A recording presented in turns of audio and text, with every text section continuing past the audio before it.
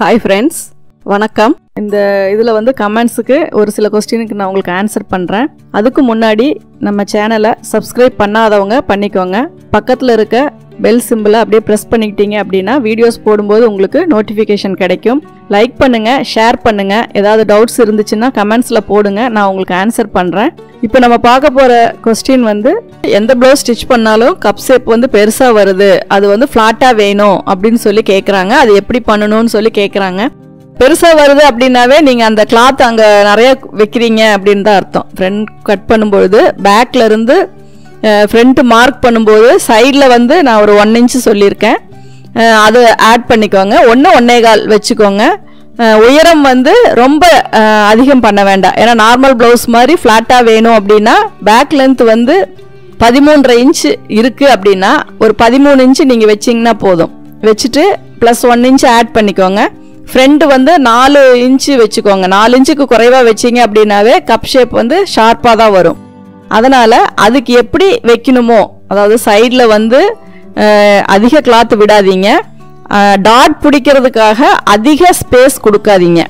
அதாவது நீங்கள் வந்து ஃபஸ்ட்டு மார்க்கிங் வந்து ஃப்ரண்ட் ஓப்பன் லென்த்து, அதுக்கப்புறம் ஃப்ரண்ட் டாட் லென்த்து, அதுக்கப்புறம் டாட்டோட அகலம் பிடிப்பீங்க. அந்த டாட்டோட அகலம் வந்து ரொம்ப கம்மியாக பிடிங்க. அதாவது ஒரு 1 இன்ச்சையே மடிச்சுக்கிட்டீங்க அப்படின்னா உங்களுக்கு எவ்வளோ வரும்? 1/2 இன்ச்சு அல்லது 3/4 இன்ச்சு ஃபோல்டு பண்ணி அந்த சென்டர் டாட் பிடிக்கும்போது டோட்டலாக 1/2 இன்ச்சு அல்லது 3/4 இன்ச்சு தான் உள்ளே வந்து உங்களுக்கு கிளாத் வரும். அப்போ என்ன ஆகும் அப்படின்னா அந்த இடத்துல உங்களுக்கு துணியோடைய அளவு குறையும். இதுவே கப் ஷேப் பெருசாக இருக்கவங்களுக்கு நம்ம 1/2 இன்ச்சு 1.25 இன்ச்சு ஃபோல்டு பண்ணி நம்ம வைக்க சொல்லியிருப்போம். அந்த மாதிரி பண்ணாமல் அங்கே எந்தெந்த இடத்துல உங்களுக்கு கிளாத்தை வந்து குறைக்க முடியுதோ அதெல்லாம் குறைச்சிங்க அப்படின்னாவே ஆட்டோமேட்டிக்காக உங்களுக்கு கப் ஷேப் வந்து சின்னதாயிரும். அதாவது ஃப்ளாட்டாக வேணும் அப்படின்னா ஓப்பன் லென்த்து உங்களுக்கு அதிகமாக வேணும்.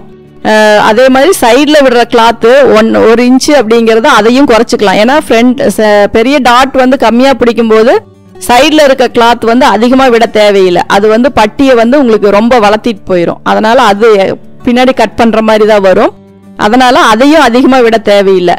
நீங்கள் பிடிக்கிற டாட்டை வந்து கம்மியாக பிடிச்சி ஓப்பன் லென்த் அதிகமாக வச்சிங்க அப்படின்னாவே உங்களுக்கு கப் ஷேப் ஃப்ளாட்டாக தான் வரும். நீங்கள் ட்ரை பண்ணி பாருங்கள். நீங்கள் தொடர்ந்து இந்த சேனலை பார்த்து யூஸ் பண்ணிக்கணும் அப்படின்னா இந்த சேனலை சப்ஸ்கிரைப் பண்ணுங்கள், பெல் பட்டன் ப்ரெஸ் பண்ணுங்கள், உங்கள் ஃப்ரெண்ட்ஸ் கிட்ட ஷேர் பண்ணுங்கள். அதில் ஏதாவது உங்களுக்கு கமெண்ட்ஸ் தெரிவிக்கணும்னா கமெண்ட்ஸ் பாக்ஸில் போடுங்க. தேங்க்யூ ஃபார் வாட்சிங்.